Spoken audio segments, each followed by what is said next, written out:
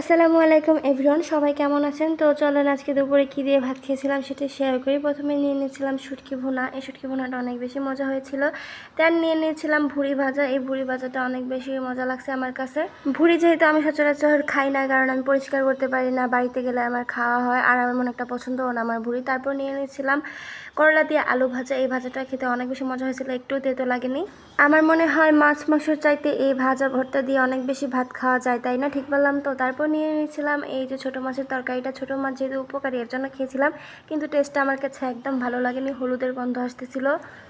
তো কি করব, তার জন্য নিয়েছি যেহেতু পাতে খেয়ে শেষ করলাম। তারপর নিয়েছিলাম চিংড়ি মাছের তরকারি। এই বেগুনটা দিয়ে অনেক বেশি মজা হয়েছে, কারণ এটা ছিল অরিজিনাল নদীর মাছ। যেহেতু আমি সাগরের মাছ খাই 2-3 বছর ধরে, বাড়িতে গেলে নদীর মাছটা আমার খাওয়া হয়, এই জন্য আমি অনেক তৃপ্তি করে এটা দিয়ে ভাত খেয়েছিলাম। দেন নিয়েছিলাম ডিমের পরে ডাল ছিল, বাট ওটা ভিডিও করিনি। তো এই ছিল আমার আজকের লাঞ্চ।